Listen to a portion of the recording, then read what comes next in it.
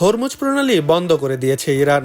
ইরানের ইসলামী revolutionary guard corps হুঁশিয়ারি দিয়েছে, কেউ এই পথ অতিক্রম করার চেষ্টা করলে তাদের উপর হামলা চালানো হবে এবং এই অঞ্চল থেকে এক ফোঁটা তেলও বাহিরে যেতে দেওয়া হবে না।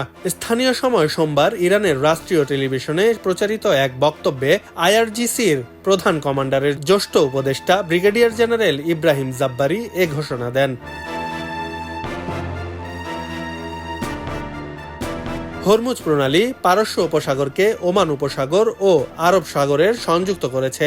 এটি আবার উপদ্বীপ থেকে ইরানকে পৃথক করে এবং ওমান ও সংযুক্ত আরব আমিরাতের সীমানার নিকটবর্তী একটি কৌশলগত জলপথ। প্রায় ৩৪ কিলোমিটার প্রস্থের এই সরু প্রণালী বিশ্বের জ্বালানি পরিবহনের অন্যতম প্রধান রুট হিসেবে বিবেচিত।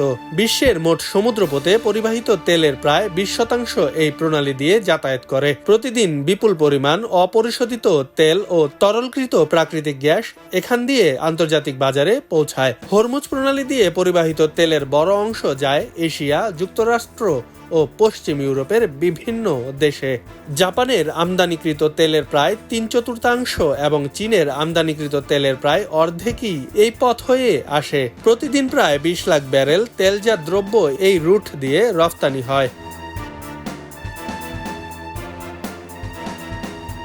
ইরান এবং ইসরায়েলের যুক্তরাষ্ট্রের চলমান উত্তেজনা ও সংঘাত এখন বিশ্বের অন্যতম গুরুত্বপূর্ণ জ্বালানি করিডোর হরমুজ প্রণালীতে ছড়িয়ে পড়েছে।